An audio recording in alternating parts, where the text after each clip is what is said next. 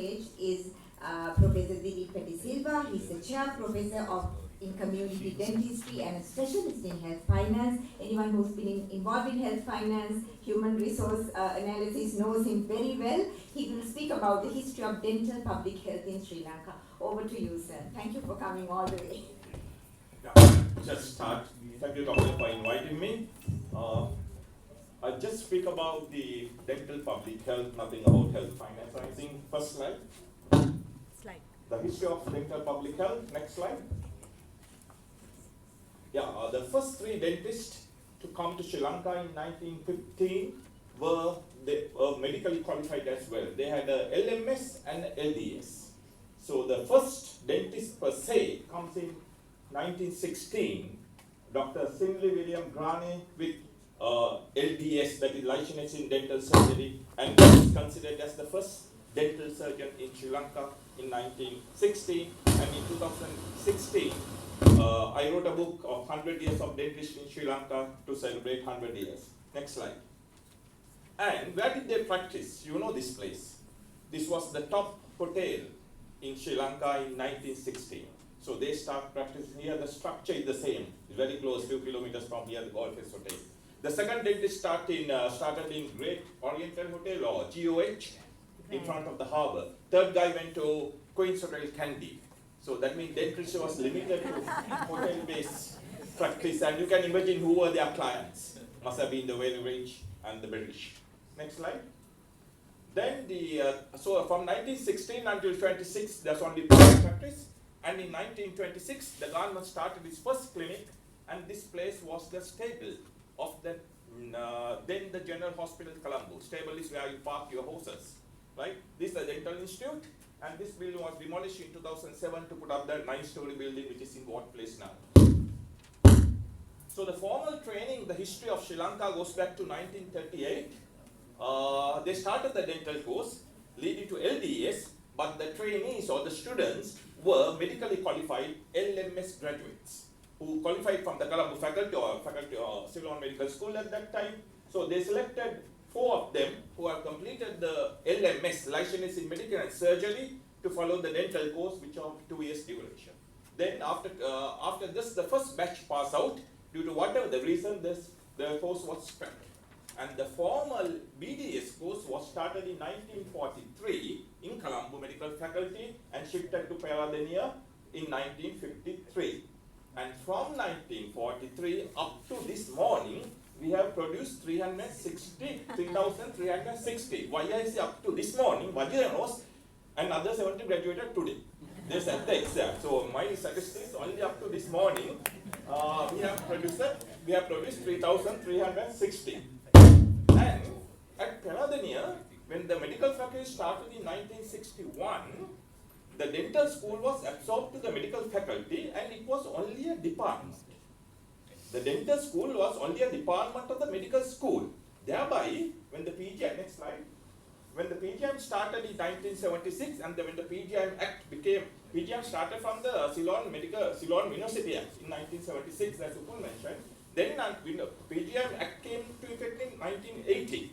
But Peradeniya didn't have, dental school didn't have any power, because as you know, in the PGM, the structure, the one department has only one nominee. So Peradeniya Dental School was only a department, though we had several divisions. So we didn't have any voice in the PGM.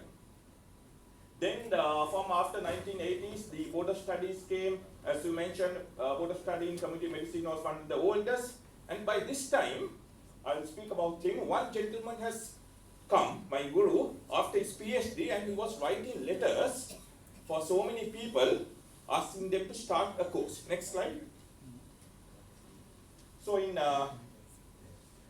with his great effect, he was able to combine MSc in community dentistry to the already existing MSc in community medicine. So the combined course started in 1991 with 15 medical graduates and 5 dental graduates.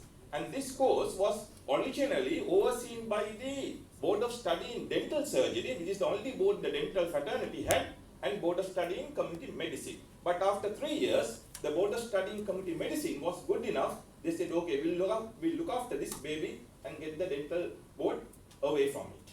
So somewhere from 1993, MSc in community dentistry was a totally integrated program with the community medicine MSc. Next slide. I should pay credit to Professor N.I. Ekanaika. So he was at Peladeniya from 1964 to 68. Then he did his interns and he joined the faculty in 1971. Then he proceeded to UK and did the one and only dental public health qualification at that time in UK was the diploma in dental public health, Royal College of Surgeons, England, and his PhD in 1976. So he was very skillful in English. Nobody understood English.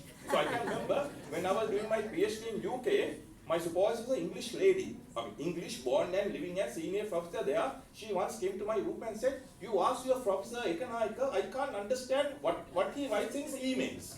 So a British English professor is saying, "I can't understand this man's language. I don't know what will happen." He had to send the email to Kapila. Right? So nobody understood English.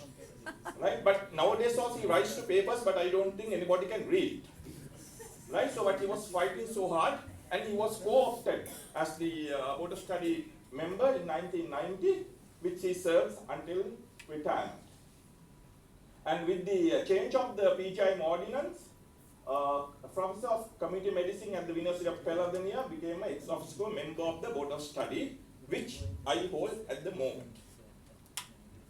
And the fraternity should pay the tribute to the pillars of success in modern community dentistry continued programs such as Dr. S.A. Cabral, one time the director of the PGIM, and the community medicine icons, Professor Earl Disfonseca, Siva Ganeshana Sundaram, who was originally at Peladeniya, moving to Jaffna, Professor Malcolm Fernandez, Julita Fernandez, Professor Balasuri, and Kinsey Hindeniya. Last slide. So since 1991, 111 students have completed the MSc and 65% has proceeded to MD level, but sadly we have only 25 board certified consultants, and out of that 7 have already left the country, 3 retired, 2 dead, and 39 in service. 39 in service, but sadly during the last 10 years, out of the trainees who went for their training, 82% have not returned. So as a whole, out of the entire 36 people who did community MD, out of 36, 18 have not come. So the loss is 50%. One of the highest, if you consider the per capita lost. Those are my economic words, per capita loss. Right, next one. Yes, then what has these MSc qualified people doing? They are specialists in their own field in the Ministry of Health, and one guy went to become the Director General of Health Services, Dr. Jaswinder Bandara. Some have ended up as PDs, RDHS, and some were directors in the Ministry of Health and hospitals. And the guy who produced the first national health account for the country is MSc qualified community dentistry, and the person who started the HR unit is a community dentistry.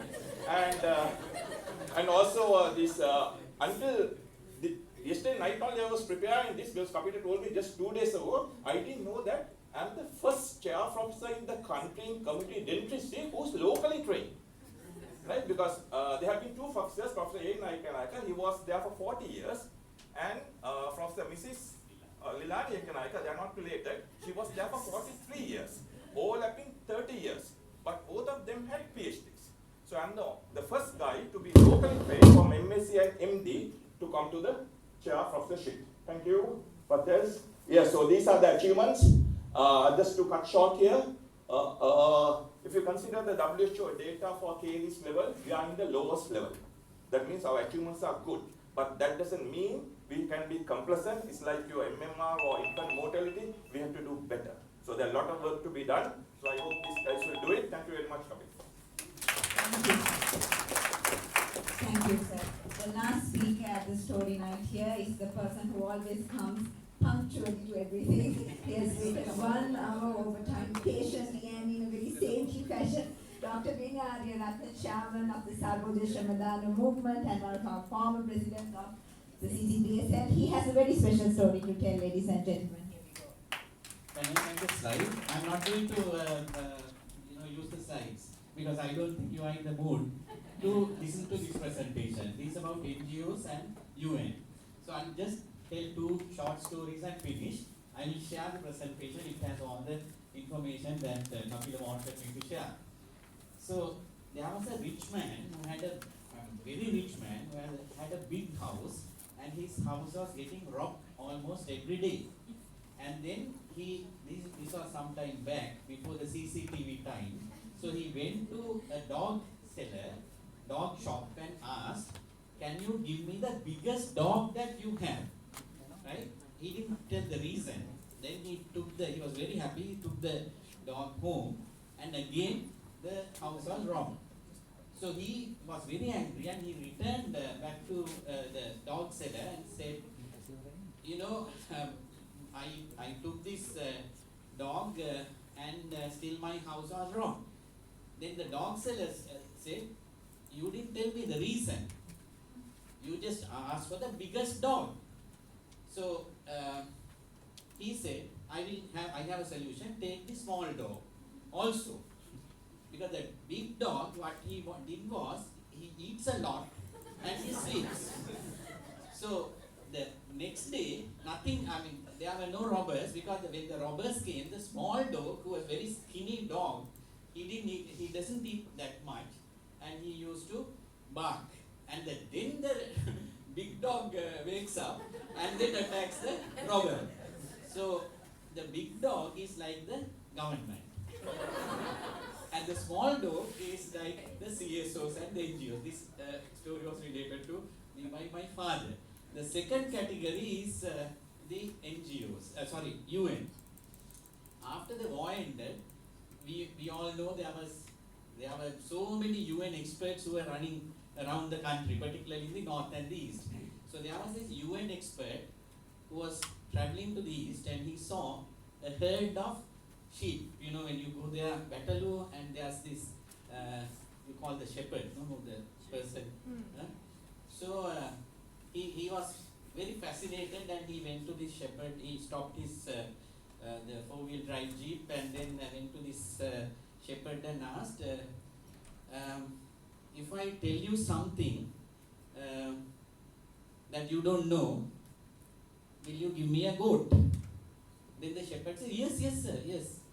Then he said, "I will tell you exactly the number of sheep you have." So he took out his laptop and then connected to the satellite. This time we didn't have that mobile data connection. So he said, "You have 1,850 goats or sheep, right?" So then, "Oh wow, that's correct. I have exactly that number." So then he said, "Okay, then give me a goat." So he gave a goat. And then said, can I tell you who you are?" Then he said, "Yes, you can tell. You are a UN expert, right?" "Yes, how do you know?" Then he said, "First, you came uninvited, right? Second, you told me, he said the second, you told me something which I already knew, right?" Then he asked, "So what's the third reason that how you guessed?" "Sir, can I have my dog back?" Thank you.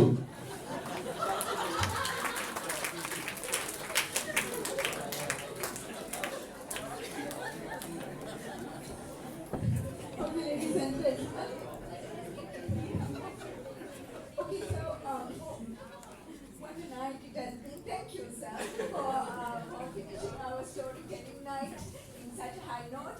And now to wind up today's night, we have the 2025 MSc batch. They're going to sing a song, and then we are going to say thank you to very quickly and go and have dinner.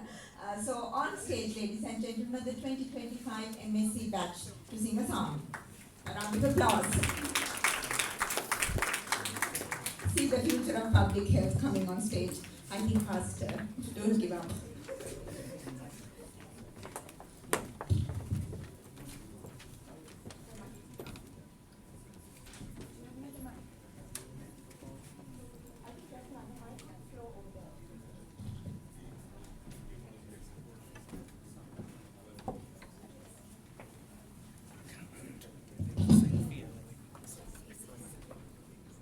පොළොන් තොටින් මහ මුහුදට වැටෙන කල්යාණී ගංගාව ඔබට අරුමයක් නොවේ. හැබැයි ඒ ගංගාව ඔබට කියන කතන්දර අහන්නට ඔබට වෙලාවක් තිබුණාද? හොඳට අහන්න. කාලයේ වෙනස් වීම එක්ක හඟවාගත්ත බොහෝ කතන්දර ගංගාව අපිට කියනවා. මම ගඟට වැටුණොත් අයියා මොකද කරන්නේ? මමත් ගඟට පැනලා නංගිව බේර ගන්නවා. බේර ගන්න බැරි වුණොත් මමත් ගඟට පැනලා නංගි පස්සෙම යනවා. නිර්මලා සහ රංජි මතකද ඔබට? ඔව් මම හිතන්නේ රසික එහෙම කියද්දි ඔබට ඒ සිනමා නිර්මාණය ඔබේ හිතේ නිතින්ම ඇඳෙනවා ඇති. ඉතින් ලැක්ටේෂියා ප්‍රනාන්දු මහත්මියගේ නවකතාවක් 1980 දී තිස්ස අබේසේකරයන් අතින් සිනමා සිත්තමක් විදිහට ඇඳෙනවා. ඒ තමයි ගංගා අද්දර කියන චිත්‍රපටය. ඉතින් මේ චිත්‍රපටයේ විශේෂත්වය තමයි 1981 සරසවි සම්මාන 11ක් මෙම චිත්‍රපටයේ දිනා ගන්න ලබනවා. හොඳම අධ්‍යක්ෂණය, හොඳම සංගීත අධ්‍යක්ෂණය, හොඳම නිළිය, හොඳම චිත්‍රපටයට හිමි සම්මානය ඇතුළුව තවත් සම්මාන 7ක්. ඉතින් මේ චිත්‍රපටයට රංගනින් එකතු වෙනවා සිනමාවේ පතාක යෝධයින් විජේ කුමාරතුංගයන්, වසන්ති චතුරානි, සනත් ගුණතිලක වගේ කලාශූරයින්. ඉතින් මම මේ කතාව කියනකොට දැන් ඔබට මේ සිනමා බැලුවා නම් ඒ සිත්තම් ඔබේ සිතේ මතුවෙනවා ඇති. ඉතින් අවුරුදු 45ක් පුරාවට රස විඳින මේ ගීතය පද රචනා කළේ සප්තස්වර ගැලපුවේ නිමල් මෙන්ඩිස් කියන කලාශූරී. ගීත ගායනය විජේ කුමාරතුංගයන්ගේ. ඉතින් අපි මේ ගායනා කරන මොහොතේ ඔබටත් ගෞරවයෙන් ආරාධනා කරනවා අපිත් එක්ක එකතු වෙන්න ගීතේ ගායනා කරන්න. ස්තුතියි.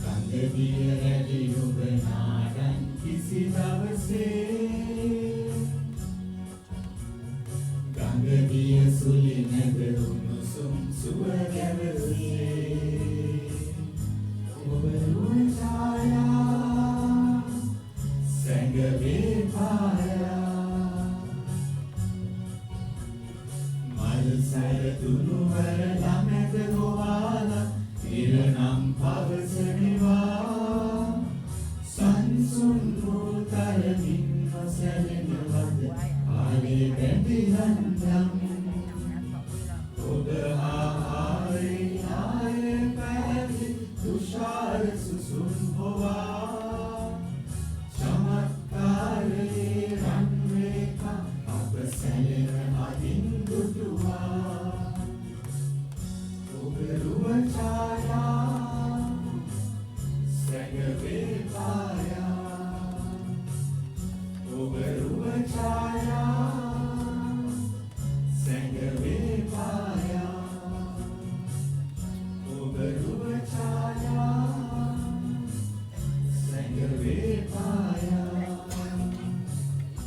ඔබරුව ඡායා සැඟවේ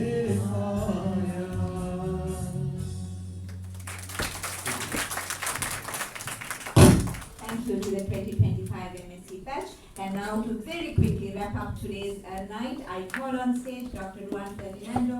No introductions needed, but he might be just a round of applause, please. Because he's going to lead us today, ma'am.